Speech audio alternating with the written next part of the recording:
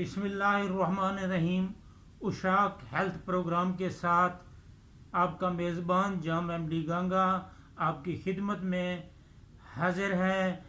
ہماری مہمان شخصیت جو ہمیشہ مہربانی کرتی ہے، میرا مطلب ڈاکٹر محمد اسد الطاف صاحب ہمارے ساتھ موجود ہیں، اور ہمارا آج کا ٹاپک ہے غذا اور غذائی اصلاحات. کیا ہم غذائی اصلاحات کے ذریعے بیماریوں کو کنٹرول کر سکتے ہیں یا نہیں؟ اللہ الرحمن الرحیم. بہت بہت شکریہ ایم ڈی بھائی. یہ سوال بہت امپورٹنٹ ہے. اس بات کو سمجھنا ضروری ہے کہ 3 بڑی بیماریاں ہیں، اور وہ بیماریاں بہت ساری دوسری بیماریوں کی جنم کا باعث بنتی ہیں. جس طرح شوگر کی بیماری ہو گئی، بلڈ پریشر کی بیماری ہو گئی، اور دل کی بیماری ہو گئی. یہ 3 بیماریاں ایسی ہیں جو باقی تمام بیماریوں کے جو ہے نا وہ ان کی جنم کا باعث بنتی ہیں. ان تینوں بیماریوں کو سب سے پہلے کنٹرول کرنے کے لیے جو چیز ہوتی ہیں وہ 2 چیزیں ہوتی ہیں. ایک، انسان اپنی غذائی اصلاحات کرے، اور دوسری ورزش کرے.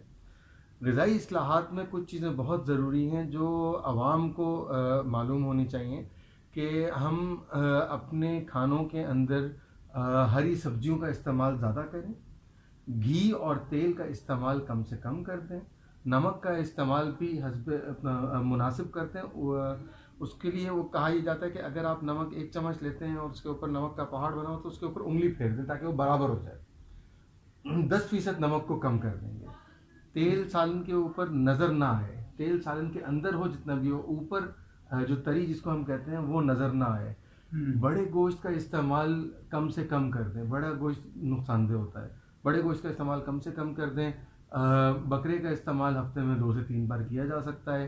یہ بڑے گوشت کو یا اس کے استعمال کو کم کرنے کی جو ہے وہ بڑی وجہ کیا ہے؟ اس کے اندر کون سی چیز ہے کہ چکنائیت کی مقدار اس میں زیادہ ہے. اچھا، چکنائیت کی مقدار اس میں زیادہ ہے. اسی کی وجہ سے بڑے گوشت کو کم، ورنہ ہے تو دونوں ریڈ میٹ، مٹن بھی ریڈ میٹ ہے، بیف بھی ریڈ میٹ ہے. لیکن بیف کو نگیٹ اس لیے کرتے ہیں کہ مٹن میں اتنی چکنائیت نہیں ہوتی. مٹن ہفتے میں 2 سے 3 بار کھایا جا سکتا ہے. چکن، مچھلی کا یعنی لوگ مینیج کر لیں، صرف کچھ چیزوں کو مینیج کرنا ہے. گوشت کو اپنے روزانہ کی اور ہفتے کی جو روٹین ہے، بالکل کچھ چیزوں کو اگر مینیج کریں گے تو ہم بیماریوں کو تھوڑا سا دور دھکیل دیں گے، وہ ہم تک دیر سے آئیں گی. اسی طرح سے کسی ایک چیز کا اندھادھند استعمال مطلب وہ نقصان دہ ہوتا ہے. بالکل ایسا ہی ہے. دالیں ساری استعمال کر سکتے ہیں، سبزیاں ساری استعمال کر سکتے ہیں، پھل فروٹ سارا استعمال کر سکتے ہیں. مرغی کا گوشت، مچھلی کا گوشت بالکل کھا سکتے ہیں. اپنے کھانوں کے اندر گھی کا استعمال کم کریں. جو ایسا گھی جو اگر انگلی پہ لیا جائے تو وہ پگھلنا شروع ہو جائے، یعنی کہ انسانی درجہ حرارت پہ وہ جمے نہیں، تو دل کے عارضے سے انسان بچ سکتا ہے. Blood pressure. ناظرین، یہ علاج بالغذا، احتیاط بالغذا، آج کا ٹاپک یوں بھی آپ سمجھ سکتے ہیں. جی ڈاکٹر صاحب اپنی بات کر رہے تھے آگے. ہری سبزیوں کا استعمال زیادہ کریں گے. ہری سبزیوں میں سیلولوز ہوتا ہے، اور انسانوں کے اندر سیلولوز کو ڈائجسٹ کرنے کا انزائم نہیں ہوتا، تو وہ پخانے کو نرم کرتا ہے اور قبضیت سے بچاتا ہے. قبض ایک بہت ہی بڑی بیماریوں کی وجہ ہے، بہت ساری بیماریوں کی وجہ ہے قبض کو ہونے سے روکیں گے. ایک متوازن درجے کی اگر زندگی انسان گزارے تو ان سب بیماریوں کو آگے دھکیل سکتا ہے.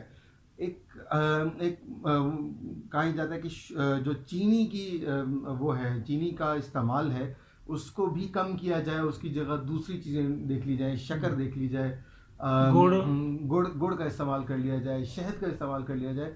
جتنا ہم نیچر سے قریب ہوں گے اتنی بیماریاں دیر سے آئیں گی. جتنا ہم یہ نیچر کی بات کی ہے ڈاکٹر صاحب نے، یقیناً غذا کے معاملے میں اور رہن سہن کے معاملے میں جیسے ہی ہمارا معاشرہ فطرت سے، نیچر سے دور ہوا ہے، ہم مختلف بیماریوں کا، مسائل کا شکار ہوئے ہیں. جی نیچر کی بات کر رہے ہیں. بالکل ایسا ہی ہے. نیچرل ہیبیٹیٹ جو ہے اس کو اپنایا جائے, جس طرح تھوڑی سی ورزش کی جائے, صبح کی واک ہے, دن کے وقت میں واک کی جائے, جس طرح صبح فجر سے لے کر طلوع آفتاب کے آدھے گھنٹے بعد کا یہ جو وقت ہے اس کے اندر واک کی جائے. اس میں جو دھوپ ملتی ہے انسان کو, وہ انسان کی باڈی کے اندر وائٹامن ڈی بناتی ہے.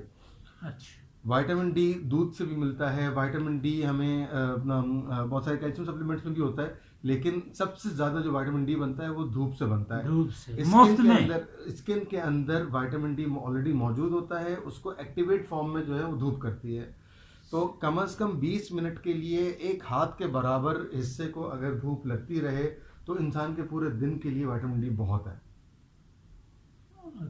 ایک ہاتھ کے برابر 20 منٹ تک اگر دھوپ لگتی رہے پورے دن میں تو پورے دن کے لیے جو ہے وہ وائٹامن ڈی جسم کے اندر بن جاتا ہے. وائٹامن ڈی کی کمی نہیں ہوگی.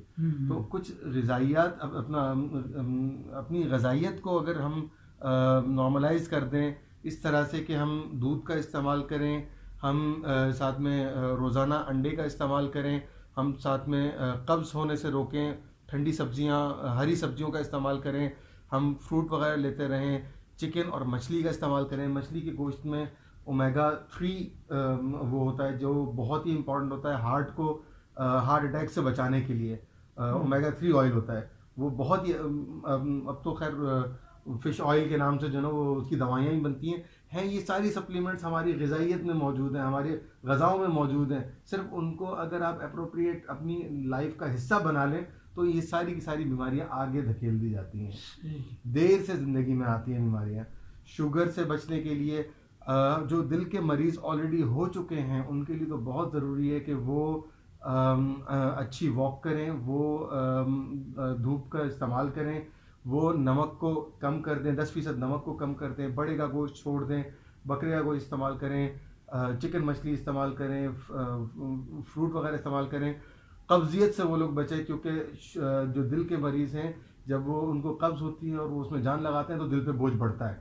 تو اس لیے قبض سے بچیں اور ان ساری چیزوں کا استعمال کر کے ہم بلڈ پریشر, شوگر اور دل کے امراض سے بچ سکتے ہیں. جی ڈاکٹر محمد اسد الطاف نے مختلف بیماریوں کے حوالے سے اور غذائی اصلاحات کے حوالے سے بات کی ہے.